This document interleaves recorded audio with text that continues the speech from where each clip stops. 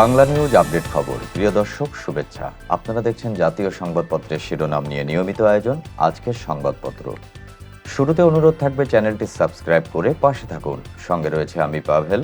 আজ 27 নভেম্বর 2024 বুধবার। চলুন দেখে নিই আজকের প্রধান শিরোনামগুলো। আজকের পত্রিকা ক্ষতিপূরণে যাবে 100 কোটি, ক্ষমতার ভারসাম্য 62 প্রস্তাব বিএনপির। সংবিধান সংস্কার নিয়ে আজকের পত্রিকা একটি প্রথম পৃষ্ঠায় তাদের রিপোর্ট করেছে। চট্টগ্রামে আদালত প্রাঙ্গণে সংঘর্ষ, আইনজীবীকে কুপিয়ে হত্যা, খুবই দুঃখজনক।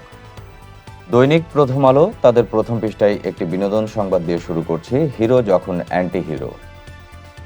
চট্টগ্রামে সংঘর্ষ, আইনজীবীকে হত্যা, সতর্ক থাকতে বলেছে বিএনপি, ধৈর্য ধরতে বলল জামায়াত। কারাগারে চিন্ময় কৃষ্ণ দাস। উস্কানিতে সাড়া দেবেন না, সবাই শান্ত থাকুন, গণ অভ্যুত্থানে নেতাদের আহ্বান। সম্পাদক পরিষদের বিবৃতি, গণমাধ্যম সহ সব প্রতিষ্ঠানে মব জাস্টিস দমনে আহ্বান। দৈনিক কালবেলা, পাঠ্য বই ছাপায় সিন্ডিকেট দর, সরকারের গচ্চা 800 কোটি, মার্চের আগে সব বই পাওয়া নিয়ে শঙ্কা। দৈনিক ইনকিলাব, সময়ের দাবি দিল্লির আধিপত্য ঠেকাতে জাতীয় ঐক্য, সরকার উৎখাতে ভারতীয় ষড়যন্ত্র। দিনভর তাণ্ডব, আইনজীবীকে হত্যা, চট্টগ্রাম ইস্কনের বেশে রাস্তায় নিষিদ্ধ ছাত্রলীগের নৈরাজ্য। রাষ্ট্রদ্রোহ মামলায় চিন্ময় দাসের জামিন না মঞ্জুর। দৈনিক কালের কণ্ঠ, নৈরাজ্য ঠেকাতে পারছে না সরকার, বিএনপির পর্যবেক্ষণ, বর্তমান পরিস্থিতি নিয়ে প্রধান উপদেষ্টার সঙ্গে সাক্ষাৎ করবেন নেতারা। দৈনিক ইত্তেফাক আজকে তাদের সংবাদ পরিবেশন করেছে, শীর্ষ সন্ত্রাসীদের গতিবিধিতে পুলিশের নজরদারি। অরক্ষিত লেভেল ক্রসিংয়ে আবারও জীবনের ক্ষয়, অটোরিকশাকে আধা কিলোমিটার ঠেলে নিয়ে গেল ট্রেন, 7 জনের মর্মান্তিক মৃত্যু।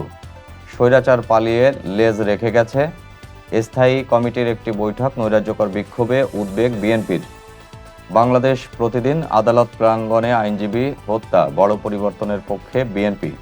দৈনিক মানবকণ্ঠ আজকে তাদের সংবাদ পরিবেশন করেছে, ফ্যাসিবাদী ব্যবস্থা বিলাপে বড় পরিবর্তন আনছে সরকার। আদালতে কর্মবিরতির ডাক, চিন্ময় সমর্থক ইসকনপন্থীদের হামলায় আইনজীবী নিহত। উপরাষ্ট্রপতি ও উপপ্রধানমন্ত্রী সহ বিএনপির 62 প্রস্তাবনা। অবহেলায় রেলপথে ঝরল আরও 7 জনের প্রাণ।